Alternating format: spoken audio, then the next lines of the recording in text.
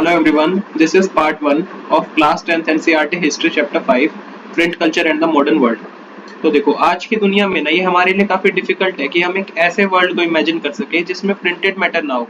हम देखो आज अपनी एवरीडे लाइफ में भी books, journals, newspapers, famous paintings के प्रिंट्स हो गए या फिर हमारी रोज़मर्रा की चीज़ों में जैसे कि हम थिएटर प्रोग्राम्स देखते होंगे, official circulars, calendars, diaries, advertisement, street corner पर कोई सिनेमा पोस्टर लगाओ, इन सब में प्रिंट का बहुत ज़्यादा यूज़ हो रहा है। हम प्रिंटेड लिटरेचर को पढ़ते हैं, प्रिंटेड इमेजेस को देखते हैं, न्यूज़पेपर में हम न्यूज़ भी देखते हैं और पब्लिक डिबेट्स को भी हम ट्रैक कर सकते हैं अगर वो प्रिंट की फॉर्म में आती है तो लेकिन देखो आज इतना ज़्यादा प्रिंट का यूज़ हो रहा है, लेकिन ये जो प्रिंट की दुनिया है ना, हम इसको बहुत ज़्यादा फॉर ग्रांटेड ले लेते हैं और हमेशा भूल जाते हैं कि एक ऐसा समय भी था जब प्रिंट नहीं था। हम शायद ये रियलाइज़ ना कर पाए कि प्रिंट की भी एक हिस्ट्री है अपनी, जिसके कारण हमारी आज की दुनिया शेप हो पाई है। तो ये हिस्ट्री क्या है, किस तरह से प्रिंटेड लिटरेचर सर्कुलेट होनी स्टार्ट हुई थी और किस तरह से इसने मॉडर्न वर्ल्ड को बनाने में हेल्प की है। इस चैप्टर में हम देखेंगे कि किस तरह से प्रिंट की डेवलपमेंट हुई, प्रिंट शुरू हुआ था ईस्ट एशिया में, कैसे ये यूरोप और इंडिया में एक्सपैंड हुआ। हम देखेंगे कि जो नई टेक्नोलॉजी आई है उसका क्या इम्पैक्ट रहा है और साथ ही साथ किस तरह से सोशल लाइफ्स और कल्चर्स चेंज हुए प्रिंट के आ जाने से। तो देखो फर्स्ट प्रिंटेड बुक्स, तो जो अर्लीस्ट काइंड है ना प्रिंट टेक्नोलॉजी का, उसको डेवलप किया गया था चाइना, जापान और कोरिया में। और ये एक हैंड प्रिंटिंग का सिस्टम था। 594 एडी से ही ना जो चाइना में बुक्स होती थी ना उनको प्रिंट किया जाता था पेपर को रब करके। किस तरह से जो वुड ब्लॉक्स होते थे उसके ऊपर जो इंक सरफेस होता था ना, उसके अगेंस्ट पेपर को रब करते थे तो वो छप जाता था उस पे। अब क्योंकि देखो पेपर जो होता है इसकी दोनों साइड थिन होती है और पोरस शीट होती है, तो इसको प्रिंट तो नहीं कर सकते इजीली। तो ट्रेडिशनल चाइनीज अकॉर्डियन बुक जो है ना, अकॉर्डियन बुक, इसको फोल्ड किया जाता था और स्टिच कर दिया जाता था साइड से। इस तरह से इसका प्रिंट हो पाता था। अब देखो जो सुपरबली स्किल्ड क्राफ्टमैन मतलब कारीगर जो होते हैं, ये लोग अच्छी सी एक्यूरेसी के साथ कैलीग्राफी को डुप्लीकेट कर सकते हैं। मतलब कि जो लिखित शब्द होते हैं ना, इनको बहुत अच्छी तरह से डुप्लीकेट कर सकते हैं। कैलीग्राफी क्या होता है, ये एक आर्ट होती है बहुत सुंदर और स्टाइलिश राइटिंग लिखने की। तो जो चाइना का इंपीरियल स्टेट था ना, काफी लंबे समय तक ये प्रिंटेड मैटर का एक बहुत बड़ा प्रोड्यूसर रहा है। चाइना के पास देखो, चाइना में क्या था, एक बहुत बड़ा ब्यूरोक्रेटिक सिस्टम था। तो इसमें रिक्रूटमेंट करने के लिए ना, इसमें इसके पर्सनल को रिक्रूटमेंट करनी है इन्हें, तो उन्हें सिविल सर्विस एग्जामिनेशन लेना पड़ता था, जैसे इंडिया में आज भी यूपीएससी होता है इसी तरह से। तो इस एग्जामिनेशन के लिए जो टेक्स्ट बुक होती थी ना, इनको काफी ज्यादा नंबर्स में प्रिंट किया जाता था और इसको स्पॉन्सर करता था इंपीरियल स्टेट चाइना का। तो 16 सेंचुरी से ही ना एग्जामिनेशन के कैंडिडेट्स बढ़ते गए, तो प्रिंट की वॉल्यूम भी बढ़ती गई। 17 सेंचुरी से क्या हुआ कि चाइना में ना अर्बन कल्चर फैल गया, ब्लूम करने लग गया था। तो प्रिंट का यूज काफी डाइवर्सिफाई हो गया था। प्रिंट को सिर्फ स्कॉलर ऑफिशियल्स यूज नहीं कर रहे, बल्कि अपनी एवरीडे लाइफ में मर्चेंट्स भी यूज कर रहे हैं, क्योंकि उनको ट्रेड इन्फॉर्मेशन कलेक्ट करनी है। रीडिंग अब देखो लोगों की लेजर एक्टिविटी बन चुकी है, मतलब फ्री टाइम में रीड कर लेते हैं। अब जो नई रीडरशिप है, मतलब जो नई रीड करने वाले लोग हैं, ये लोग फिक्शनल नैरेटिव्स को रीड करना चाहते हैं, पोएट्री, ऑटोबायोग्राफीज, लिटरेरी मास्टरपीसेस की एंथोलॉजीज या फिर रोमांटिक प्लेस को पढ़ना चाहते हैं। रिच वुमेन ने भी अब पढ़ना शुरू कर दिया, मतलब अमीर वुमेन जो होती है उन्होंने भी पढ़ना शुरू कर दिया है। और कई वुमेन इन्होंने अपनी पोएट्री और प्लेस को पब्लिश करना भी स्टार्ट कर दिया था। अब जो स्कॉलर ऑफिशियल्स की वाइफ होती थी अपने वर्क को पब्लिश कर देती थी, क्या वो काम करती है, और कॉर्टिसंस मतलब वैश्याएं जो होती है वो अपनी लाइफ के बारे में पब्लिश कर देती थी। तो ये जो नया रीडिंग कल्चर था ना, इसके साथ साथ नई टेक्नोलॉजी भी आई थी। वेस्टर्न प्रिंटिंग टेक्निक्स जो होती है जैसे कि मैकेनिकल प्रेस वगैरह हो गई, इसको इंपोर्ट कर दिया गया था लेट 19 सेंचुरी में चाइना में। क्योंकि देखो जो वेस्टर्न पावर्स थी ना, इन्होंने अपनी पावर को एस्टेब्लिश कर लिया था चाइना की आउटपोस्ट पर। शंघाई जो है, शंघाई नए प्रिंट कल्चर का हब बन चुका था, क्योंकि वेस्टर्न स्टाइल स्कूल्स की डिमांड को वो केटर कर रहा था। अब हैंड प्रिंटिंग से एक थोड़ा सा शिफ्ट मैकेनिकल प्रिंटिंग की तरफ आ चुका था। प्रिंटिंग जापान, तो चाइना से जो बुद्धिस्ट मिशनरीज जो गए थे ना जापान की तरफ, उन्होंने जापान में अराउंड 768 टू 770 एडी के टाइम में हैंड प्रिंटिंग टेक्नोलॉजी को इंट्रोड्यूस किया था। जो ओल्डेस्ट जापानीज बुक है ना, इसको प्रिंट किया गया था लगभग 868 एडी में। और ये बुक कौन सी है, ये है बुद्धिस्ट डायमंड सूत्रा। तो इसमें देखो टेक्स्ट की 6 शीट्स है और वुड कट इलस्ट्रेशंस है। अब पिक्चर्स को प्रिंट किया गया टेक्सटाइल्स पर, प्लेइंग कार्ड्स पर और पेपर मनी पर। अब मेडिवल जापान में ना पोएट्स या प्रोज राइटर्स जो होते थे, ये लोग रेगुलरली पब्लिश करते थे। तो बुक्स बहुत ज्यादा चीप भी थी, मतलब सस्ती भी थी और अबंडेंट भी थी, क्योंकि कवि लिखते बहुत ज्यादा थे। अब प्रिंट जो था ना, अब चित्र वगैरह, विजुअल मटेरियल वगैरह, इनकी प्रिंटिंग के कारण ना पब्लिशिंग प्रैक्टिसेस काफी इंटरेस्टिंग होती जा रही थी। अब लेट 18 सेंचुरी में जो फ्लोरिशिंग अर्बन सर्कल्स थे, फ्लोरिशिंग अर्बन सर्कल से मतलब थोड़े से फैल बढ़ते हुए जो शहर वगैरह हो गए, एरियाज हो गए, उनको कह रहे हैं। तो जैसे एडो के फ्लोरिशिंग अर्बन सर्कल्स हो गए, जिसको बाद में टोक्यो नाम से भी जाना जाने लगा। इसमें जो पेंटिंग्स थी ना, पेंटिंग्स की कलेक्शन, उसमें एक अर्बन एलिगेंट अर्बन कल्चर को दिखाया गया था, जिसमें आर्टिस्ट भी शामिल थे, वैश्याएं भी और टी हाउस गैदरिंग्स भी उन पेंटिंग्स में दिखाई जाती थी। अब जो लाइब्रेरीज और बुक स्टोर्स होते थे, अब ये भी बिल्कुल उस समय बनना, हैंड प्रिंटेड मटेरियल इसमें अलग अलग तरह का बहुत सारा होता था लाइब्रेरीज और बुक स्टोर्स में, जैसे कि विमेन पर बुक्स भी होती थी, musical instruments, calculation, T ceremony, flower arrangements, proper etiquette कैसे रहना है, कुकिंग और फेमस प्लेसेस, इस तरह की चीजें उस समय के लाइब्रेरीज और बुक स्टोर्स पर इस तरह के हैंड प्रिंटेड मटेरियल होते थे। प्रिंट कम्स टू यूरोप, तो देखो कई सदियों से ना चाइना जो है, चाइना का सिल्क और स्पाइसेस यूरोप में फ्लो कर रहा है सिल्क रूट के थ्रू। तो 11वीं सेंचुरी में क्या हुआ, चाइनीज पेपर जो है ना वो भी सिल्क रूट के थ्रू यूरोप में पहुंच गया। अब पेपर के आ जाने के कारण ना मैन्युस्क्रिप्ट्स की प्रोडक्शन पॉसिबल हो पाई, जिसको पेपर पर स्क्राइब्स लिख देते थे। तो 1295 में क्या हुआ, मार्को पोलो ये एक बहुत अच्छे एक्सप्लोरर रहे हैं, ये इटली वापस लौटे थे चाइना के एक्सप्लोरेशन के बाद। कई साल तक इन्होंने चाइना को एक्सप्लोर किया था, उसके बाद ये 1295 में इटली वापस लौटे थे। अब हमें पता ही है कि चाइना के पास वुड ब्लॉक प्रिंटिंग की टेक्नोलॉजी थी, तो मार्को पोलो ये नॉलेज ना अपने साथ इटली में ले आए थे। अब इटालियंस जो है इन्होंने काफी बुक्स को प्रोड्यूस करना शुरू कर दिया है वुड ब्लॉक्स की हेल्प से, और ये टेक्नोलॉजी धीरे धीरे जल्दी से ये टेक्नोलॉजी यूरोप के और भी पार्ट्स में फैल गई। अब जो लग्जरी एडिशंस होते थे ना, इनको अभी भी इस तरह से वुड ब्लॉक प्रिंटिंग की जगह एक्सपेंसिव वेलम पर ही, वेलम क्या होता है, एक चरम पत्र वगैरह हो गया ना, इस तरह की चीज होती है, चमड़े का पत्र, चमड़ा वगैरह इस तरह की चीज होती है, उसको अभी भी एक्सपेंसिव वेलम पर ही लिखा जाता था, जिसको अरिस्टोक्रेटिक लोग हो गए, मतलब अरिस्टोक्रेट्स हो गए या फिर रिच मोनेस्टिक लाइब्रेरीज हो गई, ये यूज करते थे, क्योंकि इन्हें ना जो पेपर पर लिखा हुआ होता था ना, इनको ये सस्ती चीज, ऐसे ही बेकार सी चीज लगती थी, चीप वल्गैरिटीज कहते थे इनको, तो इसलिए ये एक्सपेंसिव वेलम पर ही अपनी चीज लिखी हुई पसंद करते थे। तो जो मर्चेंट्स या स्टूडेंट्स हो गए ना यूनिवर्सिटी टाउन्स में, ये लोग प्रिंटेड कॉपीज को ले लेते थे, जो इस तरह पेपर पर प्रिंटेड कॉपीज होती थी। अब क्योंकि देखो बुक्स की डिमांड बढ़ती गई, तो बुक सेलर्स जो पूरे यूरोप में थे ना, इन्होंने भी अलग अलग कंट्रीज में बुक्स की एक्सपोर्टिंग शुरू कर दी। अब बुक्स फेयर, मतलब मेले जो लगते हैं ना, बुक फेयर्स, इस तरह के बुक फेयर्स अलग अलग प्लेसेस पर होने लग गए थे। हैंड रिटन मैन्युस्क्रिप्ट्स की प्रोडक्शन जो है उसको भी इस तरह से ऑर्गेनाइज किया गया कि क्योंकि इनकी डिमांड बढ़ रही है तो इनकी प्रोडक्शन भी बढ़ाई गई। अब स्किल्ड हैंड राइटर्स हो गए, स्क्राइब्स हो गए, अब इनको सिर्फ वेल्दी या फिर इन्फ्लुएंशियल पैटर्न्स, मतलब जो इनको खर्चा उठा सके वही लोग नहीं अपॉइंट कर रहे, इनको वही लोग नहीं इनको रिक्रूट कर रहे, एम्प्लॉयमेंट दे रहे, बल्कि बुक सेलर्स भी अब इनको रिक्रूट कर रहे हैं। अब देखो लगभग एक बुक सेलर के पास ना 50 से ज्यादा स्क्राइब्स होते थे उस टाइम पर। लेकिन फिर भी देखो जो हैंड रिटन मैन्युस्क्रिप्ट्स की जो प्रोडक्शन है ना, इसके कारण जो बुक्स की डिमांड बढ़ रही थी ना वो सेटिस्फाई नहीं हो पाई, क्योंकि कॉपिंग अभी भी देखो एक महंगा काम था, लेबर मांगता था और टाइम कंज्यूमिंग बिजनेस था। और मैन्युस्क्रिप्ट्स देखो कमजोर भी होती है, इनको संभालना भी मुश्किल होता है, इनको कैरी भी नहीं कर सकते, पढ़ना भी आसान नहीं होता, तो मैन्युस्क्रिप्ट्स की सर्कुलेशन जो है ना वो कम ही रही। तो बुक्स की डिमांड बढ़ती गई, वुड ब्लॉक प्रिंटिंग जो है ये बहुत ज्यादा पॉपुलर होता गया। तो अर्ली 15th सेंचुरी में ना वुड ब्लॉक्स जो है वो यूरोप में बहुत ज्यादा फैले हुए थे, क्योंकि उनसे वो टेक्सटाइल्स को, प्लेइंग कार्ड्स को या फिर रिलीजियस पिक्चर्स को प्रिंट कर लेते थे। अब एक क्लियरली एक नीड तो दिख रही थी कि एक चीप रिप्रोडक्शन चाहिए टेक्स्ट का, सस्ते में भी कर सके, जल्दी भी कर सके। वुड ब्लॉक प्रिंटिंग में थोड़ा टाइम लगता है, और ये हो सकता था सिर्फ तभी जब नई प्रिंट टेक्नोलॉजी आ जाए। तो ये सफलता कब मिली, नई प्रिंट टेक्नोलॉजी कब आई, ये आई थी स्ट्रेसबर्ग में, स्ट्रेसबर्ग में, ये जर्मनी में है। जब कब आई, जब जोहन गुटनबर्ग जो थे ना, इन्होंने प्रिंटिंग प्रेस को 1430s में जब डेवलप कर लिया था, तब मिली थी ये सफलता नई टेक्नोलॉजी की। Gutenberg and the printing press. Gutenberg कौन थे, ग्यूटनबर्ग एक मर्चेंट के बेटे थे, और ये लार्ज एग्रीकल्चरल एस्टेट, मतलब अच्छा इनके पास खेत वगैरह, एग्रीकल्चरल एस्टेट अच्छा था इनके पिताजी पे, इनके पास। तो अपने चाइल्डहुड से ही ना उन्होंने वाइन और ऑलिव प्रेसेस को देखा था। तो इन्होंने देखो साथ ही साथ स्टोन को पॉलिश करने की आर्ट भी सीख ली थी। एक मास्टर गोल्ड स्मिथ, मतलब सुनार भी बन गए थे बहुत अच्छे। और इनको ना एक एक्सपर्टीज भी मिल गई थी लेड मोल्ड्स बनाने में, लेड मोल्ड्स बनाने में ये एक्सपर्ट हो गए थे, और लेड मोल्ड्स को यूज करते थे ट्रिंकेट्स को बनाने के लिए।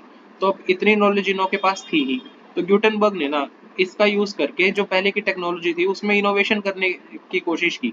ऑलिव प्रेस का मॉडल इन्होंने यूज किया, ऑलिव प्रेस के मॉडल पर ही इन्होंने प्रिंटिंग प्रेस का मॉडल मिल गया इनको। और जो मोल्ड्स होते थे, मोल्ड्स क्या होते हैं, मोल्ड्स मैं आपको समझाता हूँ। जैसे सपोज आपने एक खांचा बना लिया, एग्जाम्पल के तौर पे आपने मिट्टी का खांचा बनाया, अब उसके अंदर आपने पिघला हुआ मेटल डाला, तो थोड़ी देर में ठंडा होने के बाद वो मेटल शेप ले लेगा उस खांचे की। तो ये एक तरह से मोल्ड हो जाता है। अब मोल्ड्स को वो यूज करते थे लेटर्स बनाने के लिए। जैसे सपोज खांचे में आपने ए शेप बना दी, खांचे में अंदर खाली एरिया है उसमें पिघला के मेटल डाल दिया तो वो ए शेप का बन जाएगा थोड़ी देर में। तो इस तरह से मोल्ड्स को यूज करते थे वो मेटल टाइप्स को कास्ट करने के लिए, जिससे वो अल्फाबेट बना लेते थे। तो 1448 तक ना ग्यूटेनबर्ग इस काम में एक्सपर्ट हो गए थे, परफेक्ट हो गया था उनका ये सिस्टम। तो पहली बुक जो उन्होंने प्रिंट की थी ना वो थी बाइबल, अपनी अलग से प्रिंटिंग प्रेस की हेल्प से। और लगभग 180 कॉपीज जो है ना इन्होंने प्रिंट की थी। और इस इनको उस काम में 3 साल लग गए थे। तो उस टाइम के हिसाब से बल्कि फास्ट प्रोडक्शन मानी जाती थी, 3 साल में 180 प्रोडक्शन फास्ट मानी जाती थी।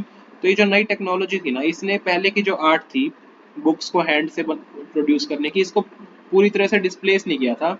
बल्कि देखो जो प्रिंटेड बुक्स होती थी ना, ये क्या होता है, जो रिटन मैन्युस्क्रिप्ट्स होती थी ना, ये बिल्कुल उस जैसी दिखती थी अपीयरेंस और लेआउट में। जो मेटल लेटर्स थे, जो गुटनबर्ग ने बनाए थे मेटल लेटर्स, वो एकदम hand ornamental hand written style को इमिटेट कर देते थे, मतलब एकदम वैसे तो दिखते थे। बॉर्डर्स को बॉर्डर्स को अभी भी देखो सजाया जाता था हैंड से फोलिएज या दूसरे कोई भी पैटर्न्स को यूज करके बॉर्डर। जैसे कि सपोज आपके पास एक पेज है, पेज के बीच में टेक्स्ट है, अब पेज के बॉर्डर को किसी तरह से सजाया गया है। तो इस तरह का काम होता था उस टाइम पर। और बुक्स जो है ना, जो बुक्स रिच के लिए प्रिंट की जाती थी उसमें डेकोरेशन के लिए जो स्पेस होता था ना, प्रिंटेड पेज पर डेकोरेशन के लिए जो स्पेस होता था उसको ब्लैंक छोड़ देते थे। हर एक परचेजर जो है वो डिजाइन खरीद लेगा और डिसाइड कर सकता है कि किस पेंटिंग स्कूल से वो किस तरह की इलस्ट्रेशंस कराना चाहेगा। तो ये जो 1450 से 1550 के बीच के 100 साल है ना, इसमें प्रिंटिंग प्रेसेस जो है ना, ये यूरोप के कई कंट्रीज में फैल गई थी, लगा दी गई थी। तो प्रिंटर्स जो है ना जर्मनी से अलग कंट्रीज में भी ट्रेवल किए थे, क्योंकि उनको भी काम चाहिए था और वो नई प्रेसेस को स्टार्ट करने में भी हेल्प कर रहे थे।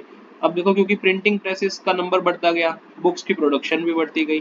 तो 15th सेंचुरी का जो सेकंड हाफ है ना, उसमें तो देखो प्रिंटेड बुक्स की 20 मिलियन कॉपीज थी, जिसने यूरोप की मार्केट को भरा भरा हुआ था। अब ये नंबर देखो 16th सेंचुरी में कितना बढ़ गया। 16th सेंचुरी में अराउंड 200 मिलियन कॉपीज थी, 200 मिलियन कॉपीज। तो ये जो शिफ्ट था ना हैंड प्रिंटिंग से मैकेनिकल प्रिंटिंग की तरफ, इसके कारण प्रिंट रेवोल्यूशन आए हैं।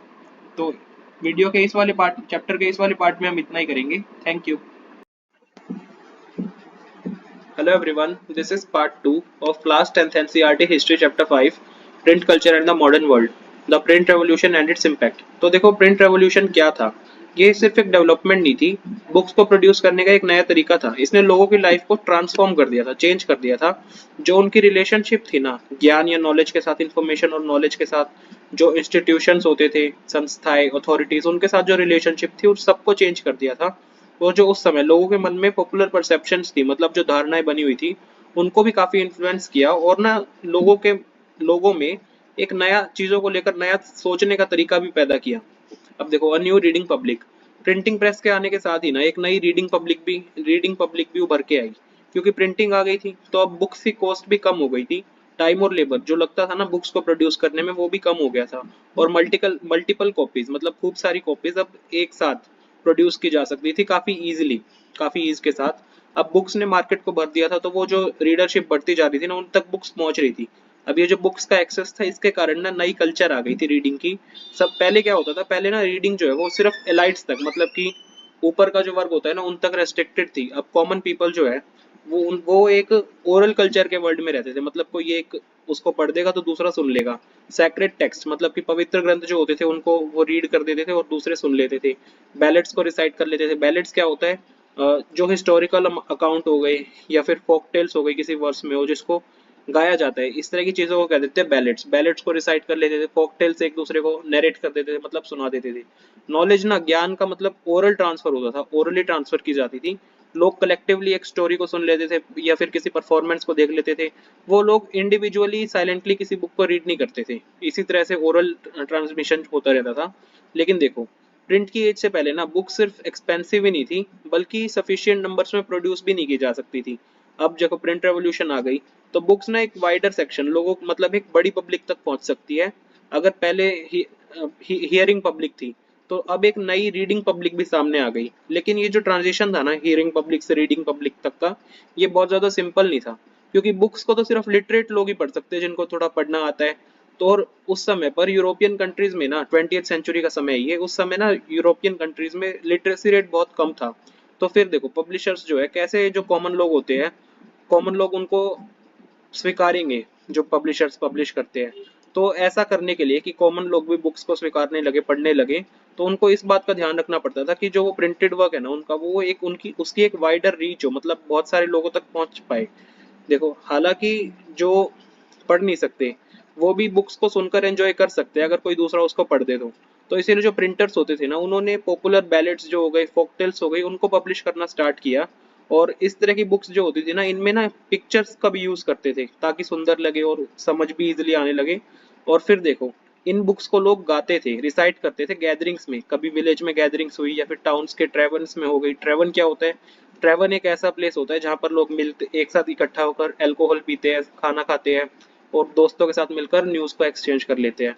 ओरल कल्चर इसीलिए ना प्रिंट और प्रिंटेड मटेरियल के वर्ल्ड में आ गया था और इस तरह से ओरल ट्रांसमिशन हो रहा था। और जो ओरल और रीडिंग कल्चर के बीच का डिफरेंस था ना वो धीरे धीरे कम होता जा रहा था। हियरिंग पब्लिक और रीडिंग पब्लिक एक दूसरे के साथ मिंगल होती जा रही थी, मतलब मिलती जा रही थी। Religious debates and the fear of print.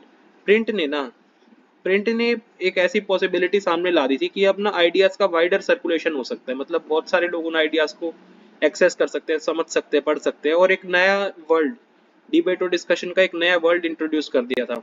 हालांकि देखो जो लोग डिसएग्री करते थे एस्टेब्लिश्ड अथॉरिटीज के साथ, एस्टेब्लिश्ड अथॉरिटीज क्या होती है, मतलब उस समय चर्च हो गई, मोनार्की हो गई, ये सब एस्टेब्लिश्ड अथॉरिटीज थी। तो जो इनसे डिसएग्री करते थे अब वो भी अपने आइडियाज को प्रिंट करके सर्कुलेट करा सकते हैं। प्रिंटेड मैसेजेस के थ्रू ना वो लोगों को थोड़ा अलग तरह से सोचने को भी परसुएड कर सकते हैं और उनको भी एक्शन में ला सकते हैं। तो अलग अलग लाइफ के अलग अलग स्फेयर्स में इसकी काफी सिग्निफिकेंस थी। अब देखो हर एक व्यक्ति ने तो प्रिंटेड बुक का स्वागत नहीं किया था, लेकिन जिन्होंने प्रिंटेड बुक को स्वीकार किया था उनके भी कुछ फियर्स थे। कई लोग इस बात से भी थोड़े डरे हुए थे कि जो इजियर एक्सेस हो गया है प्रिंटेड वर्ल्ड, प्रिंटेड मटेरियल का, और जो इतनी ज्यादा सर्कुलेशन हो रही है बुक की, इसका लोगों के दिमाग पर क्या असर पड़ेगा, इसका लोगों के मन पे क्या असर पड़ेगा। ऐसा डर था कि अगर कोई कंट्रोल नहीं रहा प्रिंटेड मैटर पे तो फिर रेबेलियस, मतलब कि थोड़े से विरोधी, विद्रोही या फिर इररिलीजियस थॉट, धर्म के विरुद्ध के थॉट जो होते हैं वो भी फैलने लगेंगे। अगर ऐसा होने लगा तो वैल्यूएबल लिटरेचर की जो अथॉरिटी बनी हुई थी वो भी डिस्ट्रॉय हो जाएगी। और इसीलिए ये चिंताएं ना रिलीजियस अथॉरिटीज, मोनार्क्स को भी थी और कई तो राइटर्स और आर्टिस्ट को भी थी। तो इस चिंता के कारण ही ना काफी क्रिटिसिज्म भी हो रहा था नए प्रिंटेड लिटरेचर का, और जो कि बहुत जल्दी जल्दी फैल रहा था। अब देखो अब हम देखेंगे यूरोप, अर्ली मॉडर्न यूरोप जो था उसमें रिलीजियन में क्या इम्पैक्ट इम्प्लीकेशन आ रहे थे इस प्रिंटेड मटेरियल के। 1517 में एक रिलीजियस रिफॉर्मर हुए मार्टिन लूथर। तो इन्होंने 95 थीसिस लिखे हैं। तो इन थीसिस में ना वो ना जो रोमन कैथोलिक चर्च की प्रैक्टिसेस और रिचुअल्स है उनको क्रिटिसाइज करते हैं। तो एक प्रिंटेड कॉपी इन सभी की ना जो चर्च थी विटनबर्ग में, उसके डोर पर इसकी एक कॉपी चिपका दी गई, पोस्ट कर दी गई। तो वो कॉपी क्या कर रही थी, वो ना जो चर्च थी उसको चैलेंज कर रही थी कि मार्टिन लूथर के आइडियाज को आप डिबेट करो। तो जो लूथर की राइटिंग थी ना उसको बहुत जल्दी जल्दी लोगों ने रिप्रोड्यूस किया और बहुत सारे लोग उसको पढ़ते भी थे। तो इसके कारण चर्च में ना एक डिवीजन आ गया और प्रोटेस्टेंट रिफॉर्मेशन की स्टार्ट हुई। प्रोटेस्टेंट रिफॉर्मेशन क्या है? 16th सेंचुरी में ना एक मूवमेंट शुरू हुआ था ताकि जो कैथोलिक चर्च है, जिसमें डोमिनेशन किसकी थी, उसको डोमिनेट करता था रोम, उसको रिफॉर्म किया जा सके। मार्टिन लूथर इनमें से एक मेन प्रोटेस्टेंट रिफॉर्मर थे और कई जो ट्रेडिशंस है एंटी कैथोलिक क्रिश्चियनिटी की वो इसी मूवमेंट से निकल के आई है। अब जो लूथर थे, मार्टिन लूथर, इनकी जो नए नियमों की या नए टेस्टामेंट की ट्रांसलेशन थी ना वो कुछ ही हफ्तों में इसकी 5000 से ज्यादा कॉपीज बिक गई और 3 मंथ्स के अंदर ही इसका सेकंड एडिशन भी आ गया। तो इससे ना काफी ग्रेटफुल भी थे लूथर। और लूथर कहते हैं कि गॉड का दिया हुआ अल्टीमेट गिफ्ट है प्रिंटिंग और सबसे ग्रेटेस्ट गिफ्ट भी यही है। कुछ स्कॉलर्स जो है वो बल्कि ये भी कहते हैं कि प्रिंट के कारण ही ना नया इंटेलेक्चुअल एटमॉस्फेयर पैदा हो गया था और इसके कारण ही जो रिफॉर्मेशन के नए आइडियाज थे वो जल्दी स्प्रेड कर पाए थे। Print and dissent. तो देखो प्रिंट और पॉपुलर रिलीजियस लिटरेचर जो था इसके कारण ना काफी जो इंडिविजुअल इंटरप्रिटेशंस होती थी, मतलब कि अलग अलग लोग धर्म की अलग अलग व्याख्या करते हैं, फेथ की अलग अलग व्याख्या करते हैं, ये सब भी फैलने लग गया था। अब देखो जो लिटिल एजुकेटेड वर्किंग पीपल होते थे इनके बीच भी फैलने लग गया था। 16th सेंचुरी में मिनोकियो एक मिलर थे इटली में, मतलब चक्की वाले थे। तो इन्होंने ना बुक्स को पढ़ना शुरू कर दिया था, जो भी इनकी लोकेलिटी में बुक्स होती थी। तो इन्होंने बाइबल का जो मैसेज था ना उसको री इंटरप्रेट कर दिया, मतलब अपने हिसाब से फिर से इंटरप्रेट किया और एक गॉड को लेकर जो उनका व्यू था उसको फॉर्मुलेट कर दिया। तो ये जो क्रिएशन थी ना, इससे रोमन कैथोलिक चर्च काफी गुस्सा हो गई थी। तो रोमन कैथोलिक चर्च ने जब उनकी जो मिनोकियो के हेरेटिकल आइडियाज थे ना, इनकी इंक्विजिशन शुरू की, तो मिनोकियो को दो बार पकड़ा गया और अल्टीमेटली मार ही दिया गया। अब हेरेटिकल आइडियाज क्या होते हैं? तो हेरेटिकल का मतलब हो जाता है कि जो चीजें चर्च की टीचिंग्स है ना, जो बिलीफ चर्च की टीचिंग्स के अगेंस्ट हो जाते हैं, चर्च की टीचिंग के अगेंस्ट। मेडिवल टाइम्स में ना जो हेरेसी था, इसको एक तरह से जो चर्च का अधिकार है ना, चर्च का राइट है, उस पर एक थ्रेट की तरह देखा जाता था। तो ऐसा माना, और हेरेटिकल बिलीफ्स को बहुत ज्यादा सीवियरली पनिश भी किया जाता था। अब इंक्विजिशन क्या होता है? एक जो रोमन कैथोलिक, पहले रोमन कैथोलिक कोर्ट होती थी, क्योंकि अगर कोई हेरेटिक हो तो उसको आइडेंटिफाई करके पनिश किया जा सके, उसके लिए होती थी ये कोर्ट। तो रोमन चर्च ने इस तरह की पॉपुलर रीडिंग्स और जो फेथ को पे धर्म पे क्वेश्चंस उठाए जा रहे थे ना, इससे थोड़ा परेशान होकर ना काफी कंट्रोल्स भी लगा दिए थे पब्लिशर्स और बुक सेलर्स पर, और साथ ही साथ कुछ बुक्स उन्होंने प्रोहिबिट भी कर दी थी। अब प्रोहिबिटेड बुक्स का वो इंडेक्स भी रखना शुरू कर दिया था 1558 में। इंडेक्स मतलब एक तरह से सूची रखनी शुरू कर दी थी कि ये सब बुक्स हम प्रोहिबिट कर रहे हैं। द रीडिंग मेनिया, 17th और 18th सेंचुरी में ना लिटरेसी रेट्स यूरोप के पार्ट्स में बहुत ज्यादा मतलब बड़े हैं। जो अलग अलग पंथों की, मतलब अलग अलग डिनोमिनेशंस की चर्चेस होती थी ना, इन्होंने विलेजेस में स्कूल सेटअप कर दिए। तो पीजेंट्स और आर्टिसंस, कारीगर लोग भी अब लिटरेट होने लग गए थे। 18 सेंचुरी के एंड में ना यूरोप के कुछ पार्ट्स में लिटरेसी रेट 60 to 80%, मतलब इतना ज्यादा था। अब लिटरेसी और स्कूल्स जैसे जैसे यूरोपियन कंट्रीज में फैलते गए ना, अब वर्चुअल रीडिंग मेनिया आ गया था इधर, मतलब लोगों में उन्माद आ गया था पढ़ने का, मजा आने लग गया था उनको। अब पीपल जो है ना, लोग जो है वो बुक्स चाहते थे पढ़ने के लिए, और प्रिंटर्स जो है वो प्रोड्यूस भी करते थे इन बुक्स को बहुत ज्यादा। तो अब नई तरह की एक पॉपुलर लिटरेचर जो है ना वो प्रिंट में आ गई थी, जो कि नई ऑडियंस को टारगेट करती थी। अब बुक सेलर्स ने क्या किया था? बुक सेलर्स ने पेडलर्स को, मतलब फेरी वालों को एम्प्लॉय कर लिया था, जो कि ऐसे ही गांव में घूमते रहते थे ना। तो अब वो क्या करते थे, वो लिटिल बुक्स, मतलब थोड़ी थोड़ी बुक्स को सेल करने के लिए अपने पास रख लेते थे। एल्मानेक्स होती थी। अब एल्मानेक क्या होता है? एल्मानेक एक एनुअल पब्लिकेशन, मतलब कि साल में एक बार पब्लिश होने वाली चीज, जिसमें एस्ट्रोनॉमिकल डाटा, मतलब कि ग्रह वगैरह इन सब का डाटा, क्या सन मून की मूवमेंट है, टाइड, फुल टाइड, एक्लिप्स, इन सब की मूवमेंट है, क्या टाइमिंग है, इन सब की डिटेल होती है। इसको क्या देते हैं? एल्मानेक। तो एल्मानेक्स या फिर रिचुअल कैलेंडर्स हो गए, बैलेट्स और फोक टेल्स, इस तरह की चीजें ये पेडलर्स जो है ये अपने पास रख लेते थे। लेकिन दूसरे जो रीडिंग मैटर की दूसरी फॉर्म्स जो थी ना, जो कि लार्जली एंटरटेनमेंट के लिए थी, वो भी ऑर्डिनरी रीडर्स तक पहुंचने लग गई थी। इंग्लैंड में पेनी चैप बुक्स, चैप बुक क्या होता है? चैप बुक एक मतलब ये ना पॉकेट साइज छोटी छोटी बुक्स होती है, जो कि पेडलर्स लोग, जिनको चैपमैन कहा जाता है, वो बेचते थे। अब 16th सेंचुरी प्रिंट रेवोल्यूशन के कारण ये काफी फेमस भी हो गई थी। तो इंग्लैंड में पेनी चैप बुक्स जो होती थी ना, इनको पेडलर्स, जिनको चैपमैन कहा जाता था, वो लेकर घूमते थे, और इनको एक पेनी के लिए, सिर्फ एक पेनी के रेट में सेल कर देते थे। इस तो इस कारण से पुअर भी इसको खरीद सकता था। फ्रांस में बिलोथिक ब्लू, ये जो है ना, ये एक लो प्राइस स्मॉल बुक थी, जो कि पुअर क्वालिटी पेपर पर प्रिंट की जाती थी, और चीप ब्लू कवर्स में इसको बांध दिया जाता था, मतलब ब्लू कवर में इसको बांध दिया जाता था।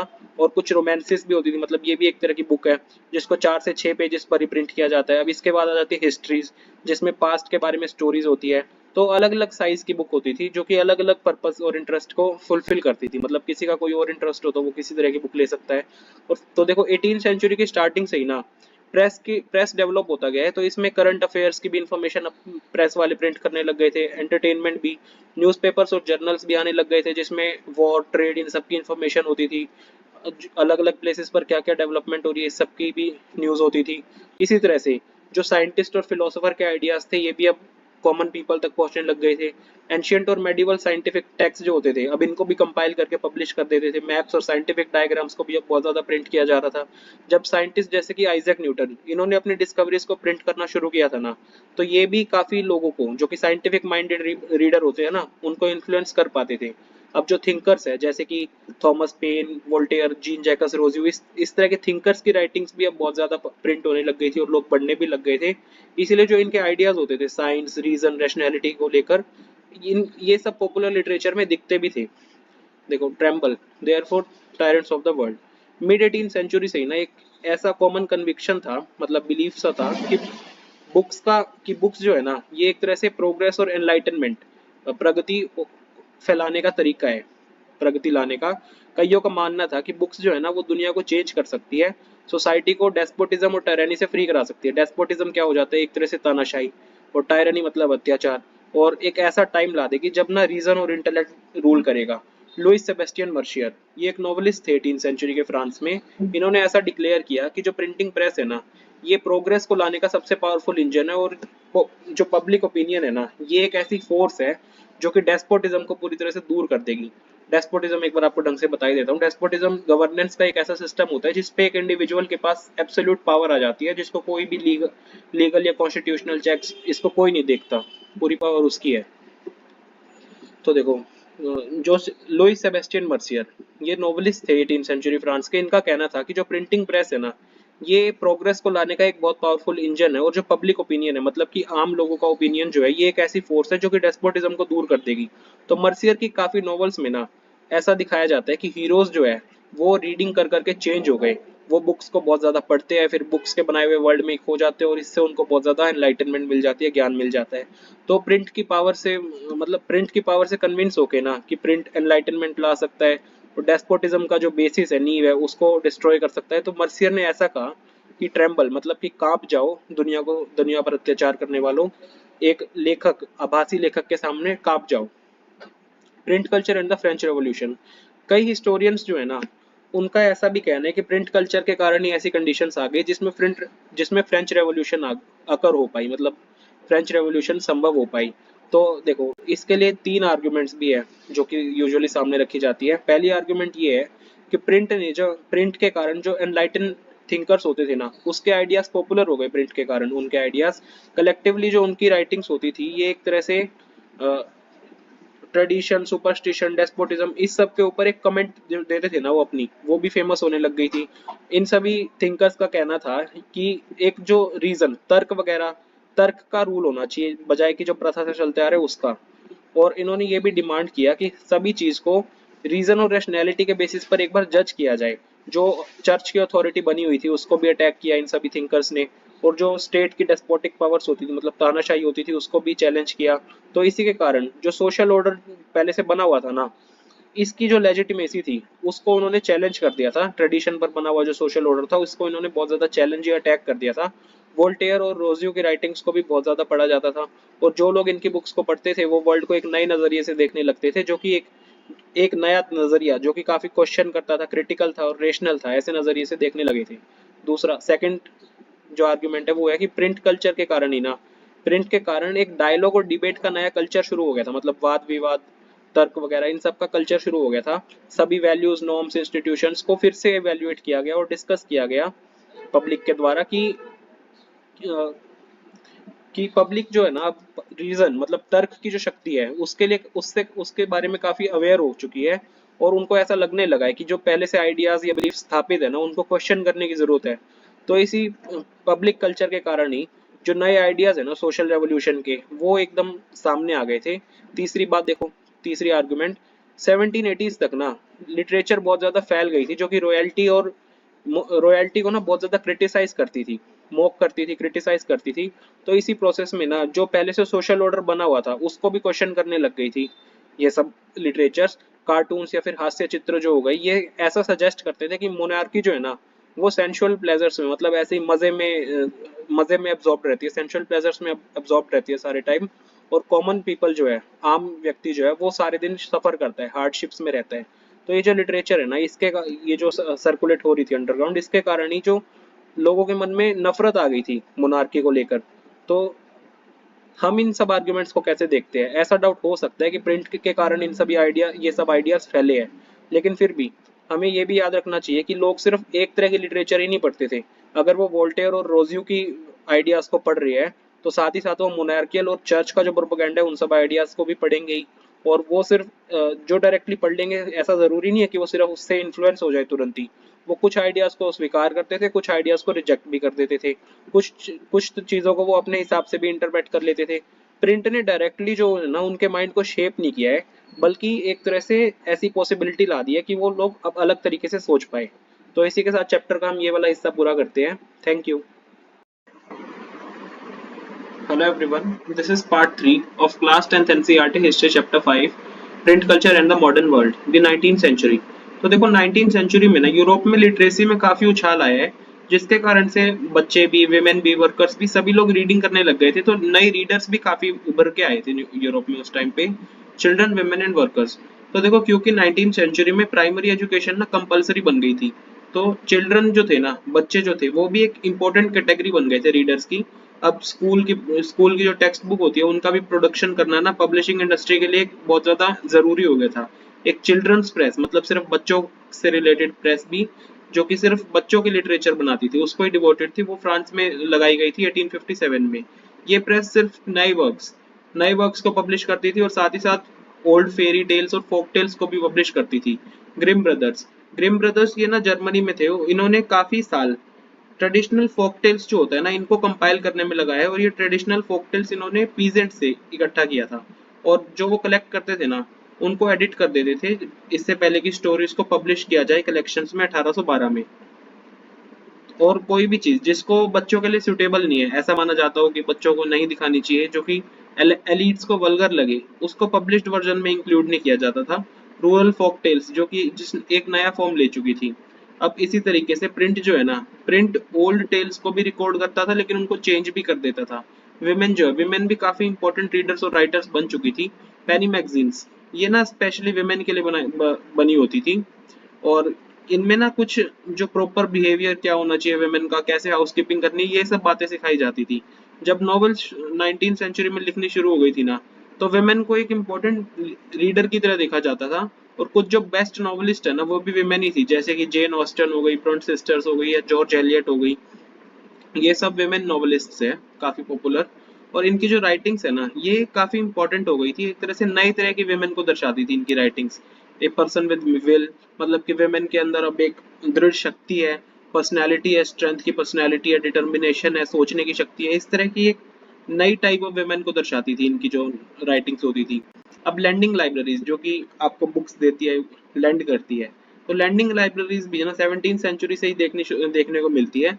19th सेंचुरी में इंग्लैंड में लैंडिंग लाइब्रेरीज जो है ना वो एक तरह से व्हाइट कॉलर वर्कर्स जो होते हैं उनको एजुकेट करने का इंस्ट्रूमेंट बन गई थी।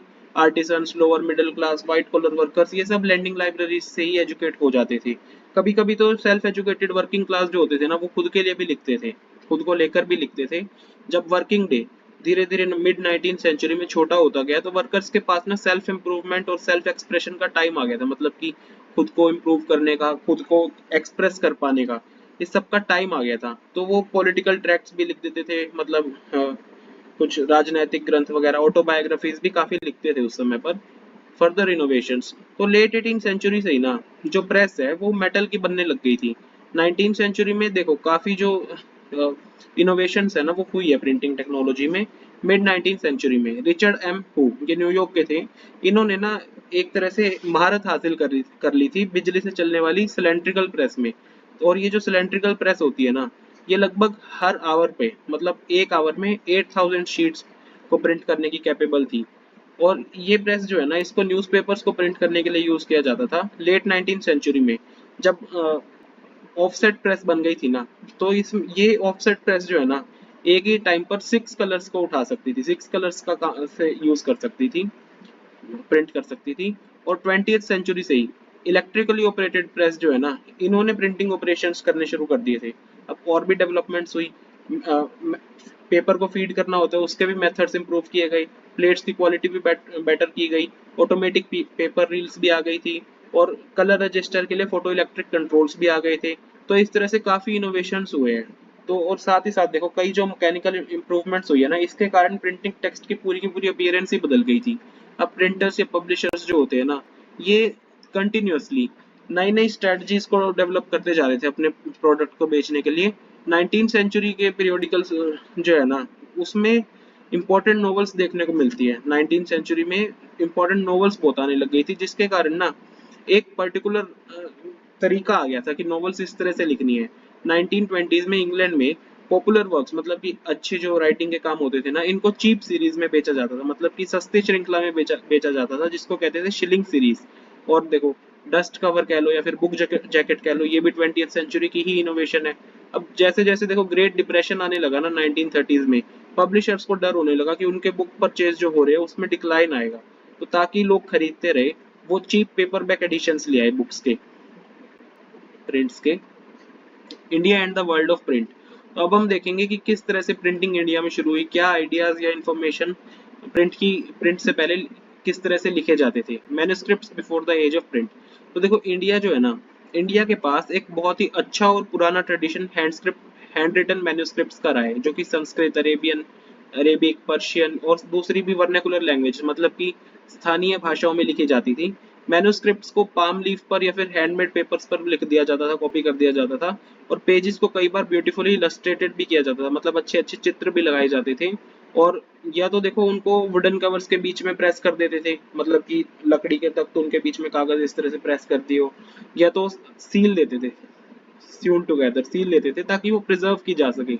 मैन्युस्क्रिप्ट्स जो है ना, मैन्युस्क्रिप्ट्स बनती रही जब तक प्रिंट का इंट्रोडक्शन हो गया था ना, उसके बाद भी मैन्युस्क्रिप्ट्स बनती रही लेट 19th सेंचुरी तक। मैन्युस्क्रिप्ट्स लेकिन देखो काफी महंगी होती है और कमजोर भी होती है, तो उनको काफी केयरफुली हैंडल करना पड़ता है, और उनको इजीली रीड भी नहीं किया जा सकता, क्योंकि स्क्रिप्ट्स जो होती है ना अलग अलग स्टाइल्स में लिखी होती है, इसीलिए मैन्युस्क्रिप्ट्स जो है ना ये एवरीडे लाइफ के यूज के लिए बहुत ज्यादा वाइडली यूज नहीं की जाती, मतलब कि रोजमर्रा की जिंदगी में यूज कर लो। हालांकि प्री कॉलोनियल बंगाल में ना काफी एक्सटेंसिव नेटवर्क था विलेज प्राइमरी स्कूल्स का, लेकिन स्टूडेंट जो है ना वो फिर भी पढ़ते नहीं थे, टेक्स्ट को नहीं पढ़ते थे, वो सिर्फ लिखना सीखते थे।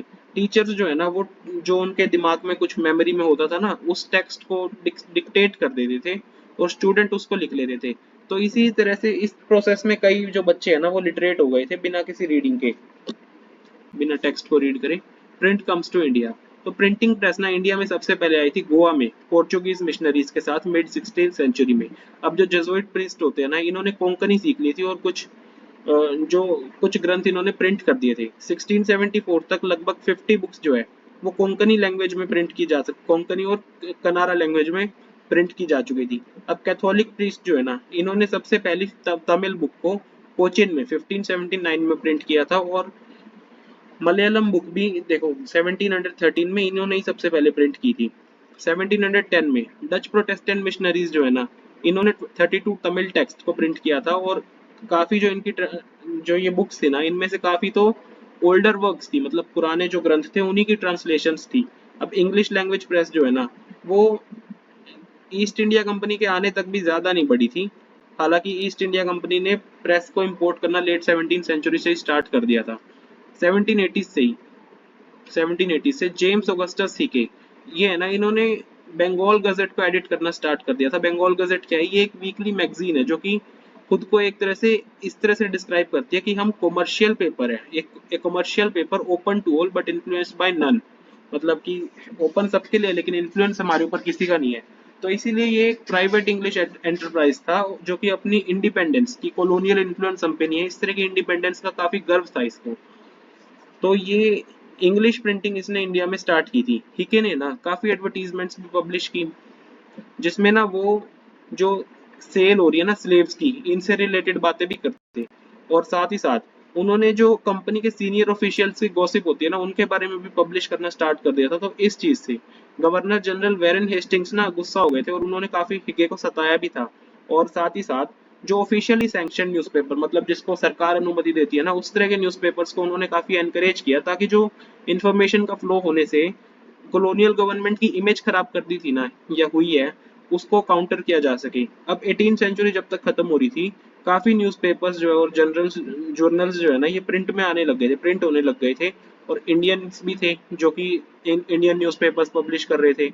जो सबसे पहला था वो था बंगाल, वो था वीकली, जो सबसे पहला आया था ना प्रिंट में वो था वीकली बंगाल गजेट, जिसको जिसको लाए थे गंगाधर भट्टाचार्य, जो कि राम मोहन रॉय के काफी नजदीक भी थे, क्लोज थे। Religious reforms and public debates. Early 19th century से ही ना जो रिलीजियस इश्यूज है ना उनको लेकर काफी ज्यादा इंटेंस डिबेट्स रही है। अलग अलग ग्रुप्स जो है ना वो एक दूसरे के आमने सामने होते रहते थे, क्योंकि कोई भी चेंजेस है कॉलोनियल सोसाइटी में आ रहे हैं अलग अलग तरीके से आ रहे हैं, और इसके कारण अलग अलग लोग ना अलग अलग वैरायटी की इंटरप्रिटेशंस अपने अपने बिलीफ की करते रहते थे, अलग अलग रिलीजियंस की। तो कुछ जो है ना वो कुछ जो है एग्जिस्टिंग प्रैक्टिसेस मतलब जो पहले से प्रैक्टिसेस है उसको क्रिटिसाइज करते थे और रिफॉर्म की मांग करते थे, लेकिन दूसरे लोग उन रिफॉर्मर्स के आर्ग्यूमेंट को काउंटर भी करते थे। तो ये जो डिबेट्स है ना ये पब्लिक में होती थी, मतलब पब्लिकली होती थी, और प्रिंट में भी देखने को मिलती थी। अब जो प्रिंटेड ट्रैक्ट्स या न्यूज़पेपर है ये सिर्फ आइडियाज तो फैलाते नहीं, बल्कि साथ ही साथ जो डिबेट का नेचर है उसको भी कई किसी ना किसी तरह से इन्फ्लुएंस करते ही है। तो एक वाइडर पब्लिक मतलब बहुत ज्यादा जनसंख्या को ना ये सब अब मौका मिल गया था कि वो भी पार्टिसिपेट कर सके इन पब्लिक डिस्कशंस में और अपने अपने व्यूज सामने रख सके। अब जो नए आइडियाज हैं ये आने लग गए थे, इस तरह से जब ओपिनियंस क्लैश करते थे, आमने सामने हो जाते थे, इससे नए आइडियाज भी आने लग गए थे। तो ये एक तरह से ना काफी इंटेंस कंट्रोवर्सीज का टाइम था सोशल और रिलीजियस रिफॉर्मर्स के बीच में और हिंदू ऑर्थोडॉक्सी के बीच में। अलग अलग मैटर्स को लेकर कंट्रोवर्सी होती थी, जैसे कि विडो इमोलेशन, मतलब कि जो बलिदान विडो को देना पड़ता है, मोनोथिज्म अद्वैतवाद मतलब एक ईश्वर है, ब्राह्मणिकल प्रीस्टहुड, आइडोलेटरी मूर्ति पूजा, इस तरह की चीजों को लेकर विवाद होता था। बंगाल में जैसे जैसे देखो डिबेट बढ़ती गई, डिबेट डेवलप हो गई, तो ट्रैक्ट्स और न्यूज़पेपर्स जो है ना वो बहुत ज्यादा फैलने लगे, तो वो अलग अलग तरह के आर्ग्यूमेंट्स को फैलाते थे। और ताकि एक वाइडर ऑडियंस तक पहुंच सके, तो आइडियाज को ना जो उनकी रोजमर्रा की एवरीडे स्पोकन लैंग्वेज थी और ऑर्डिनरी लोगों की जो लैंग्वेज थी उसमें प्रिंट किया जाता था। अब राम मोहन रॉय संवाद कौमुदी इसको पब्लिश करते थे 1821 से, और हिंदू ऑर्थोडॉक्सी जो थी ना, इन्होंने भी समाचार चंद्रिका ये पब्लिश करना शुरू कर दिया ताकि राम मोहन रॉय के ओपिनियंस को वो अपोज कर सके। 1822 से ही ना दो पर्शियन न्यूज़पेपर्स भी पब्लिश होने लग गए थे, जामिया जहांनामा और शमसुल अखबार। सेम ईयर में ही एक गुजराती न्यूज़पेपर बॉम्बे समाचार ये भी सामने आया था। नॉर्थ इंडिया में ना जो उलमा होते हैं, उलमा कौन होते हैं? उलमा इस्लाम या शरिया के लीगल स्कॉलर्स होते हैं। तो उलमा जो थे ना वो काफी चिंतित हो गए थे मुस्लिम डायनेस्टीज के कोलैप्स के कारण। उनको लगने लगा था कि कॉलोनियल रूलर्स जो है ना उन वो कन्वर्जन को एनकरेज करेंगे, तो मुस्लिम पर्सनल लॉज को भी चेंज करेंगे। तो इसको काउंटर करने के लिए ना उन्होंने लिथोग्राफिक प्रेसेस का यूज किया और पर्शियन और उर्दू ट्रांसलेशंस उन्होंने पब्लिश करनी स्टार्ट कर दी, होली स्क्रिप्चर्स की पर्शियन और उर्दू ट्रांसलेशंस। और काफी जो प्रिंट रिलीजियस न्यूज़पेपर्स और ट्रैक्ट्स है ना उनको भी प्रिंट किया। अब देवबंद सेमिनरी जिसको 1867 जो कि 1867 में स्थापित की गई थी, इसने भी लगभग हजारों फतवाज पब्लिश किए थे, जो कि मुस्लिम्स को बताते थे कि मुस्लिम लीडर्स को बताते थे कि किस तरह का उनका कंडक्ट होना चाहिए एवरीडे लाइफ में, मतलब क्या उनका चारित्र, क्या चाल चलन होना चाहिए, और इस्लामिक डॉक्ट्राइन समझाते थे। अब फतवा क्या होता है? फतवा ना इस्लामिक लॉ का एक लीगल सा तरीका होता है जो कि यूजुअली एक मुफ्ती देता है कि एक इशू पर आपको ये काम करना है। जब कोई लॉ उनको मतलब थोड़ी कंफ्यूजन टाइप की स्टेट हो ना, तब एक फतवा इशू किया जाता है। तो पूरी 19th सेंचुरी में ना काफी मुस्लिम सेक्ट्स या मदरसा हो गए, वो अपने अपने तरीके से ना अपने फेथ की इंटरप्रिटेशन करते रहते थे, और हर एक की कोशिश ये रहती थी कि उनकी फॉलोइंग बढ़ जाए, जो कि दूसरे ओपोनेंट्स है ना उनके इन्फ्लुएंस को काउंटर कर सके। तो उर्दू प्रिंट के कारण ही ना वो ये बैटल्स कर पाते थे इजिली पब्लिक में। हिंदूज भी जो रिलीजियस टेक्स्ट है ना, इसकी रिलीजियस टेक्स्ट की रीडिंग को एनकरेज करते थे, स्पेशली वर्नाकुलर लैंग्वेज में रीड कर लो आप, इस तरह से एनकरेज करते थे। और फर्स्ट प्रिंटेड एडिशन जो था ना तुलसीदास जी की रामचरितमानस का, ये 16th सेंचुरी का एक टेक्स्ट है। ये कलकत्ता में आया था सबसे पहले 1810 में, प्रिंटेड एडिशन की बात कर रहा हूँ। और मिड 19th सेंचुरी से जो लिथोग्राफिक एडिशंस है ना, इससे नॉर्थ इंडियन मार्केट्स भर गई थी। 1880s से ही नवल किशोर प्रेस जो है ना लखनऊ की, और जो श्री वेंकटेश्वर प्रेस है बॉम्बे की, इन्होंने काफी रिलीजियस टेक्स्ट जो है ना इनको वर्नाकुलर लैंग्वेजेस में पब्लिश किया है, और उनके प्रिंटेड और पोर्टेबल फॉर्म जो है ना वो भी बनाए हैं, जो जिनको इजीली रीड कर सके, कोई भी विश्वास रखता हो, वो व्यक्ति श्रद्धालु हो, वो इजीली रीड कर सके किसी भी प्लेस पर किसी भी टाइम पर, इस तरह के एडिशंस बनाते थे। और इन चीजों को ना जो काफी इलिटरेट लोग होते हैं ना उनको भी पढ़कर सुनाया जा सकता था। तो रिलीजियस टेक्स्ट इसी कारण से काफी लोगों तक पहुंच पाए, जिसके कारण लोग डिस्कशन भी करते थे, डिबेट्स भी होती थी, कंट्रोवर्सीज भी होती थी, अलग अलग रिलीजन्स में भी और अपने रिलीजन्स में भी कंट्रोवर्सीज हो जाती थी। प्रिंट जो है ना, प्रिंट ने सिर्फ कॉन्फ्लिक्टिंग ओपिनियंस जो थे ना सोसाइटी के बीच में, उसी को स्टिमुलेट नहीं किया प्रिंटेड पब्लिकेशंस ने, बल्कि साथ ही साथ लोगों को जोड़ा भी है इंडिया के अलग अलग पार्ट्स में। न्यूज़पेपर्स जो है वो एक प्लेस की जो न्यूज है वो दूसरे प्लेस तक पहुंचा देते थे, तो इस तरह से पैन इंडिया आइडेंटिटीज मतलब पूरे देश में अपनी पहचान बनाते थे। तो इसी के साथ हम ये वाला पार्ट खत्म करते हैं। Thank you. Hello everyone, this is part 4 of class 10th NCERT history chapter 5, print culture and the modern world, new forms of writing. तो देखो प्रिंटिंग के कारण ना अब लोगों को अलग अलग तरह की राइटिंग्स पसंद आने लग गई थी। अब क्योंकि ज्यादा से ज्यादा लोग रीड कर सकते हैं, मतलब और ज्यादा लोग रीड कर सकते हैं, तो वो लोग चाहते थे कि वो जो रीड कर रहे हैं ना उसमें उन्हें अपनी लाइफ, अपने एक्सपीरियंसेस, अपने इमोशंस, अपनी रिलेशनशिप्स देखने को मिले। तो यूरोप में धीरे धीरे एक ऐसा साहित्य का तरीका डेवलप हुआ जिसे नॉवल कहते हैं, वो इस नीड को फुलफिल कर पा रहा था। नॉवल में ना लोग देख पा रहे थे अपनी इमोशंस को, अपनी लाइफ को, और धीरे धीरे नॉवल ने ना इंडियन फॉर्म्स और इंडियन स्टाइल्स भी ले लिए। लोगों के लिए नॉवेल्स ना एक एक्सपीरियंसेस का नया वर्ल्ड खोल रही थी, जिसमें उनको ह्यूमन लाइफ की अलग अलग डाइवर्सिटी की सेंस आ रही थी। दूसरी भी साहित्य की फॉर्म्स है, मतलब लिटरेरी फॉर्म्स है, जो कि रीडिंग में आ गई थी, जैसे कि लिरिक्स, शॉर्ट स्टोरीज, और सामाजिक और राजनीतिक मुद्दों पर एसेज वगैरह, ये सब भी लोग पढ़ते थे अलग अलग तरीके से। वो ना अलग अलग जो ह्यूमन लाइफ में अलग अलग मुद्दे होते हैं, जो हमारी इंटीमेट फीलिंग्स होती है, कोई पॉलिटिकल मुद्दे पर तो किसी सोशल रूल पर, इस तरह की सभी चीजें रीडिंग्स में हम देखने को मिलती थी उस टाइम पर। 19th सेंचुरी के एंड तक ना एक नया विजुअल कल्चर आता जा रहा था। विजुअल कल्चर मतलब चित्र वगैरह। तो जैसे जैसे देखो प्रेस का नंबर बढ़ता जा रहा था, तो विजुअल इमेजेस जो थी ना उनको भी अब मल्टीपल कॉपीज में इजिली रिप्रोड्यूस किया जा रहा था। पेंटिंग्स जैसे कि जो राजा रवि वर्मा बनाते थे, राजा रवि वर्मा ने भी ना काफी इमेजेस प्रोड्यूस की ताकि उनकी मास सर्कुलेशन की जा सके। अब जो पुअर वुड एनग्रेवर्स होते थे वो लोग ना जो वुड ब्लॉक्स बनाते थे, वुड एनग्रेवर्स जो होते हैं ना, जो वुड ब्लॉक्स बनाते थे, उन्होंने भी लेटर प्रेस के पास अपनी दुकानें खोल ली थी, और उनको प्रिंट शॉप्स जो होती थी वो एम्प्लॉय कर लेती थी। अब सस्ते प्रिंट्स, जैसे कि सस्ते प्रिंट्स हो गए, कैलेंडर्स हो गए, ये भी बाजार में इजिली मिल जाते थे। तो इनको पुअर भी खरीद सकता था और अपने घर या अपने जहाँ पे भी वो काम करते उस एरिया की दीवारों को सजा सकता था।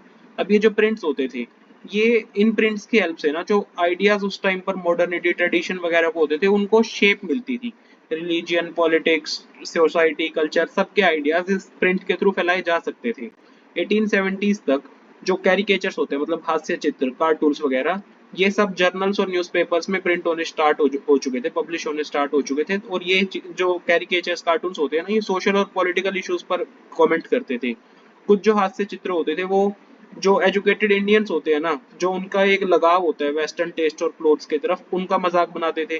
तो दूसरे जो थे कार्टून्स वगैरह, पब्लिकेशंस, वो अपना फियर दिखाते थे उसमें कि सोशल चेंज जो आता जा रहा है उससे हम थोड़े से घबराए हुए, इस तरह का फियर दिखाते थे।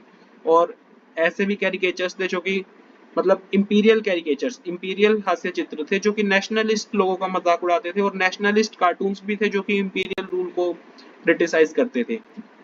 Women and print. तो देखो विमेन की जो लाइफ है ना, ये जो है ना, इसको काफी अच्छी तरीके से लिखा जाने लगा था अलग अलग तरीकों से। तो विमेन जो रीड करती थी ना, मिडिल क्लास घरों में विमेन की रीडिंग बढ़ती गई, विमेन और ज्यादा रीड करती गई। अब जो लिबरल हस्बैंड्स या लिबरल फादर्स होते हैं वो अपने घर की महिलाओं को एजुकेट करने लग गए थे, उनको स्कूल्स भेज देते थे, विमेन स्कूल में। जब विमेन स्कूल सिटीज में, टाउन्स में मिड 19th सेंचुरी में आने लगे ना, तब लिबरल हस्बैंड्स और फादर्स ने अपनी घर की महिलाओं को भेजा भी था। कई जो जर्नल्स होते हैं उसमें सिर्फ विमेन की राइटिंग भी होती थी, मतलब विमेन की राइटिंग जर्नल्स में होती थी, और बताती थी वो जर्नल्स की क्यों विमेन को एजुकेट होना चाहिए। और साथ ही साथ उनके साथ ना एक सिलेबस भी होता था, और कुछ रीडिंग मैटर भी उसमें अटैच्ड होता था, जिसको होम बेस्ड स्कूलिंग करनी हो तो उसके लिए वो यूज कर सकता है, मतलब घर पे ही स्कूलिंग करनी हो। लेकिन देखो सभी फैमिलीज तो लिबरल नहीं थी। कंजर्वेटिव हिंदूज का मानना था कि अगर एक बच्ची पढ़ जाएगी, लिटरेट गर्ल हो जाएगी तो वो विडोड हो जाएगी, मतलब विधवा हो जाएगी। और मुस्लिम्स को थोड़ा सा फियर ये था कि एजुकेटेड वेमेन जो होती है ना, वो शायद उर्दू रोमांसेस को पढ़ के थोड़ी करप्ट हो जाए। और कभी कभी जो बागी वेमेन होती थी ना, मतलब जो थोड़ा विरोध करती थी इन चीजों का, वो इस तरह की प्रोहिबिशन की पढ़ना नहीं है, इसको थोड़ा सा ना अ, मना भी करती थी, डिफाई भी करती थी। हमें एक कंजर्वेटिव मुस्लिम फैमिली की बच्ची जो नॉर्थ इंडिया में पैदा हुई थी उसके बारे में पता भी है, जिसने सीक्रेटली उर्दू को लिखना और पढ़ना सीख लिया था। उसकी फैमिली चाहती थी कि वो सिर्फ अरेबिक कुरान पढ़े, जिसको वो समझ नहीं सकती। तो इसने ना ऐसा इंसिस्ट किया घर पे कि वो एक लैंग्वेज, खुद की लैंग्वेज को भी पढ़ना सीख जाए। ईस्ट बंगाल में भी देखो अर्ली 19th सेंचुरी में रशा सुंदरी देवी जो थी, ये एक यंग मैरिड गर्ल थी, एक बहुत ही ज्यादा ऑर्थोडॉक्स हाउस होल्ड में इनकी शादी हुई थी, और इन्होंने भी किचन में ही चुपके चुपके से पढ़ना सीख लिया था। और बाद में इन्होंने अपनी ऑटोबायोग्राफी अमर जीवन नाम से भी पब्लिश की थी 1876 में। और ये ना एक फुल लेंथ ऑटोबायोग्राफी थी जिसको कि बंगाली लैंग्वेज में पब्लिश किया गया था। अब देखो क्योंकि सोशल रिफॉर्म्स जो होते हैं और नॉवेल्स जो होती है, अब इनके कारण वुमेन की लाइफ और इमोशंस में ना बहुत ज्यादा इंटरेस्ट आने लग गया था। तो साथ ही साथ देखो वुमेन अपनी लाइफ के बारे में क्या कहना चाहती है, इसके लिए भी काफी इंटरेस्ट था। तो 1860s से ही ना कुछ जो बंगाली वुमेन थी, जैसे कि कैलाश बासिनी देवी हो गई, इन्होंने बुक्स लिखी है जो कि एक विमेन के एक्सपीरियंसेस को हाईलाइट करती है कि कैसे विमेन को घर में बांधा गया है, अज्ञान में रखा गया है, डोमेस्टिक लेबर करनी पड़ती है, और फिर भी जिनकी वो सेवा कर रही होते हैं विमेन, वही उनको ठीक से ट्रीट नहीं करते। 1880s में आज के महाराष्ट्र में ताराबाई शिंदे और पंडिता रामाबाई हुई है। ये भी काफी गुस्से के साथ जो अपर कास्ट हिंदू विमेन की दुख भरी जिंदगी है ना, मिजरेबल लाइफ, इनके बारे में लिखती है। खासकर ये विडोज के बारे में लिखती है, विधवा विमेन्स के बारे में। और एक विमेन जो कि तमिल नॉवल में, तो एक विमेन ना तमिल तमिल नॉवल में एक्सप्रेस करती है कि रीडिंग जो है ना वो विमेन के लिए, विमेन को, जो विमेन काफी सोशल रेगुलेशन से बरी को सोशल रेगुलेशन से बांधी हुई है ना, उसके लिए कितनी मतलब मायने रखती है रीडिंग। वो बताती है कई रीजन से मेरा, वो ऐसा बताती है नॉवल में, कई रीजन से मेरी दुनिया ना बहुत छोटी थी और मेरी जिंदगी की आधी से ज्यादा खुशियां जो आ रही है ना वो बुक से ही आ रही है। अब देखो, उर्दू, तमिल, बंगाली, मराठी, ये सब प्रिंट जो है ना ये जल्दी डेवलप हो गए थे। और हिंदी जो है ना, हिंदी की प्रिंटिंग सीरियसली तो 1870s से ही शुरू हुई है। और धीरे धीरे मतलब जल्दी से एक बड़ा सेगमेंट जो है ना हिंदी की लिटरेचर का, वो सिर्फ विमेन की एजुकेशन को ही डिवोटेड था। और अर्ली 20th सेंचुरी में जो जर्नल्स होती थी, इनको कभी कभी विमेन ही लिखती थी, विमेन के लिए ही लिखा जाता था, विमेन ही एडिट करती थी। ये बहुत ज्यादा पॉपुलर भी होती गई। इन जर्नल्स में women's education, widowhood, widow remarriage, national movement, इस तरह के मुद्दों पर बात होती थी। और इनमें से कुछ ना जो हाउस होल्ड और फैशन के लेसन जो होती है वो भी सिखाती थी ये जर्नल्स या पब्लिकेशंस, कि विमेन को किस तरह से हाउस होल्ड और फैशन को सीखना चाहिए। और साथ ही साथ शॉर्ट स्टोरीज, सीरियलाइज नॉवेल्स, मतलब शॉर्ट स्टोरीज या फिर नॉवेल्स के थ्रू थोड़ा सा एंटरटेनमेंट का काम भी करती थी। पंजाब में देखो, पंजाब में एक एक लिटरेचर जो कि बहुत ज्यादा प्रिंट हुई थी अर्ली 20th सेंचुरी में, ये बहुत ज्यादा फेमस थी, राम चड्डा। राम चड्डा ने स्त्री धर्म विचार को पब्लिश किया था। बहुत फास्ट सेलिंग बुक थी ये। और स्त्री धर्म विचार को क्यों पब्लिश किया गया था, ताकि वेमेन को टीच किया जा सके कि कैसे वो ओबीडियंट वाइफ्स बन सकती है। और खालसा ट्रैक्ट सोसाइटी थी ना, वो भी सिमिलर सी चीप बुकलेट्स को पब्लिश करती थी। और इनमें से काफी जो है ना वो डायलॉग्स की फॉर्म में होती थी कि क्या क्वालिटी होनी चाहिए अच्छे वेमेन की, गुड वेमेन की। बंगाल में एक सेंट्रल कैलकाटा का पूरा एरिया, जिसे बटाला कहते थे, बटाला, ये डिवोटेड ही इसलिए था ताकि पॉपुलर बुक्स की प्रिंटिंग हो सके। यहाँ पर आप जो रिलीजियस ग्रंथ हो जाते हैं, स्क्रिप्चर्स हो जाती है, उनके चीप एडिशंस भी खरीद सकते थे। और साथ ही साथ ऐसी लिटरेचर भी मिलती थी जिसको आज के टाइम में मतलब थोड़ा सा तब भी माना जाता था कि ये थोड़ी सी अश्लील या लज्जाजनक टाइप की है, ऐसी लिटरेचर भी मिल जाती थी। लेट 19th सेंचुरी से ही ना जो काफी बुक्स है ना वो उनमें लकड़ी की नक्काशी, मतलब अच्छे से कलर्ड लिथोग्राफ्स, ये सब भी यूज होने लग गए थे। और जो पेडलर्स होते हैं ना, पेडलर्स, ये जो बटाला की बुक्स होती थी, पब्लिकेशंस होती थी, इनको होम्स तक ले जाते थे, घरों तक ले जाते थे, तो वेमेन भी अपने फ्री टाइम में इनको पढ़ पाती थी। Print and the poor people. अब देखो, बहुत छोटी छोटी स्मॉल, बहुत सस्ती स्मॉल बुक्स जो होती है ना, ये भी मार्केट में आ गई थी 19th सेंचुरी तक। मद्रास के टाउन्स जो है, मद्रास टाउन, 19th सेंचुरी के मद्रास के टाउन्स तक आ चुकी थी ये छोटी छोटी बुक्स, और इनको चौराहों पर बेचा भी जाता था। तो जिसके कारण जो पुअर लोग होते थे, जो कि मार्केट में ट्रेवल कर रहे हो, वो खरीद सकते थे इनको, क्योंकि ये सस्ती होती थी। अब पब्लिक लाइब्रेरीज भी अब अर्ली 20th सेंचुरी से ही बननी शुरू हो गई थी, तो इसके कारण बुक्स का एक्सेस बढ़ गया था। मतलब अब लोगों को इजीली बुक्स मिल सकती थी, पढ़ सकते थे वो। और ये जो लाइब्रेरीज होती है ना, इनको मोस्टली ये सिटीज, टाउन्स या फिर थोड़े से प्रोस्परस विलेजेस, इस तरह की जगहों पर ही होती थी। और जो थोड़े से रिच लोकल पेट्रन्स होते हैं, मतलब जिन पे पैसे होते हैं, धन संरक्षक वगैरह, रिच लोकल पैटर्न्स के लिए ना एक लाइब्रेरी बनाना, लाइब्रेरी सेट करना, एक तरह से प्रतिष्ठा पाने का, कीर्ति पाने का तरीका भी था। लेट 19th सेंचुरी से ही इश्यूज हो गए, जैसे कि कास्ट डिस्क्रिमिनेशन हो गए ना, इस तरह के इश्यूज को ना लिखा भी जाता था एसेज या ट्रैक्ट्स में। ज्योतिबा फुले ये एक मराठा पायनियर रहे हैं लो लो कास्ट प्रोटेस्ट मूवमेंट्स के मतलब कि जो लो कास्ट के लो कास्ट के साथ होता था ना डिस्क्रिमिनेशन, इस तरह के मूवमेंट्स को ये करते थे ज्योतिबा फुले। तो ये भी लिखते हैं अपनी बुक गुलामगिरी में, जो कि कास्ट सिस्टम के अत्याचार, इनजस्टिस है ना, उनके बारे में। 20th सेंचुरी में B.R. अम्बेडकर हुए महाराष्ट्र में, E.V. रामास्वामी नायकर, जिनको पेरियर भी कहा जाता है, मेड्रॉस में हुए, ये भी कास्ट के बारे में लिखते हैं बहुत ज्यादा। और उनकी राइटिंग्स जो है ना पूरे इंडिया में लोग पढ़ते भी थे। लोकल प्रोटेस्ट मूवमेंट्स हो गए या सेक्ट्स हो गए, वो सब भी देखो, इस इन सब चीजों ने भी ना लोकल प्रोटेस्ट के लिए भी बहुत ज्यादा पॉपुलर जर्नल्स बनाए हैं, ट्रैक्ट्स बनाए हैं, जो कि एंशियंट स्क्रिप्चर्स, पुरानी जो ग्रंथ हो गए उनको क्रिटिसाइज भी करते थे और एक नया फ्यूचर चाहते थे। इस तरह के जर्नल्स में नए फ्यूचर की मांग की गई थी। जो फैक्ट्री के अंदर वर्कर्स होते हैं वो भी बहुत ज्यादा ओवरवर्क थे। अब उनके पास भी एजुकेशन तो थी नहीं, तो वो अपना एक्सपीरियंस ज्यादा लिख पाते थे, लेकिन फिर भी काशी बाबा ये कानपुर के मिल वर्कर थे। ये भी कास्ट और क्लास एक्सप्लॉयटेशन होते हैं ना, इसके बारे में लिखते हैं अपनी बुक छोटे और बड़े का सवाल, जो कि 1938 में पब्लिश की गई थी। और जो एक और कानपुर के मिल वर्कर हुए वो भी सेम इसी तरह का काम अपनी सुदर्शन चक्र नाम की जो सीरीज है, बुक है, उसमें लिखते हैं। और ये हुआ है लगभग 1935 से 1955 के बीच में। सुदर्शन चक्र में जो वो लिख रहे हैं कानपुर के मिल वर्कर, वो 1935 से 1955 तक लिख रहे हैं।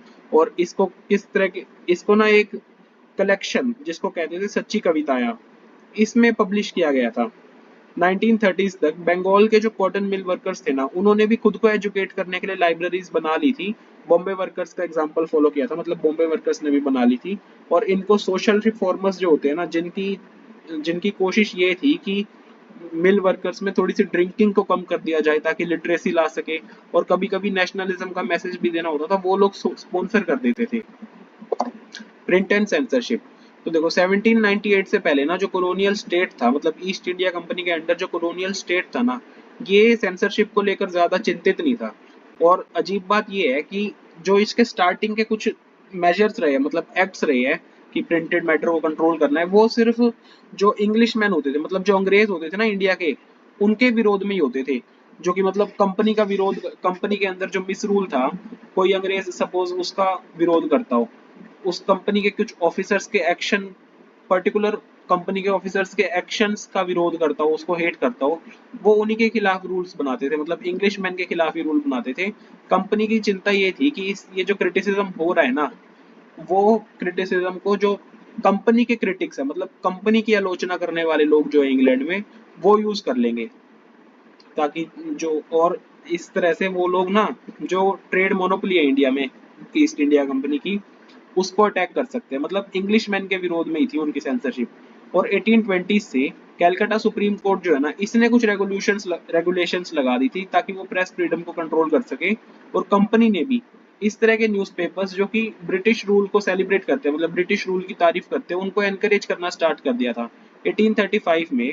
क्योंकि इंग्लिश या वर्नाकुलर न्यूज़पेपर्स के बहुत ज्यादा पिटीशंस आने लगे थे, तो गवर्नर जनरल बेंटिंग थे जो थे ना, इन ये मान गए कि प्रेस लॉज को फिर से रिवाइज करेंगे। इस तरह की बात पर ये मान गए थे। थॉमस मैकॉले ये एक लिबरल कॉलोनियल ऑफिशियल थे। इन्होंने नए रूल्स बनाए जिसके कारण पहले वाली फ्रीडम्स वापस मिल गई थी प्रेस को। अब 1857 की रिवोल्ट के बाद जो पड़ी हुई है ना अपने, 1857 की रिवोल्ट के बाद ना, जो प्रेस की फ्रीडम को लेकर एटीट्यूड था ना, वो चेंज हो गया। अब थोड़े से इंग्लिश मैन जो थे वो गुस्साए हुए थे, तो वो भी चाहते थे कि नेटिव प्रेस जो मतलब इंडिया की प्रेस वगैरह है उस पर थोड़ा अंकुश लगाया जाए। क्योंकि वर्नाकुलर न्यूज़पेपर्स जो थे ना, वो बहुत ज्यादा नेशनलिस्ट होते जा रहे थे। तो कॉलोनियल गवर्नमेंट चाह रही थी कि इनके ऊपर कठोर नियंत्रण करना पड़ेगा। तो 1878 में वर्नाकुलर प्रेस एक्ट पास कर दिया गया, जो कि मतलब आयरिश प्रेस लॉज पर ही आधारित था। इससे ना गवर्नमेंट को बहुत ज्यादा एक्सटेंसिव राइट्स मिल गए थे कि वो रिपोर्ट्स को, एडिटोरियल्स को जो कि वर्नाकुलर प्रेस पब्लिश कर रही है ना, उसको सेंसर कर सकते हैं। और अब ना गवर्नमेंट जो है, गवर्नमेंट एक तरह से जो वर्नाकुलर न्यूज़पेपर्स जो है अलग अलग प्रोविंसेस के, उन पर एक नजर रखती थी, उन पर ट्रैक रखती थी रेगुलर। जब भी कोई रिपोर्ट उनको थोड़ी सी द्रोही टाइप की लगती थी कि ये दंगे करा देगी, द्रोही है, इस तरह की लगती थी ना, तब न्यूज़पेपर को वार्न कर दिया जाता था।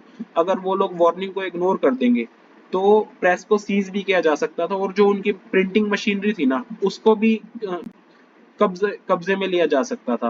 अब देखो ये सब दबाने के भी काफी तरीके इन्होंने यूज किए हैं, ये रिप्रेसिव मेजर्स है, लेकिन फिर भी जो नेशनलिस्ट न्यूज़पेपर्स है ना, ये इंडिया के कई पार्ट, सभी पार्ट्स में बड़े ही है।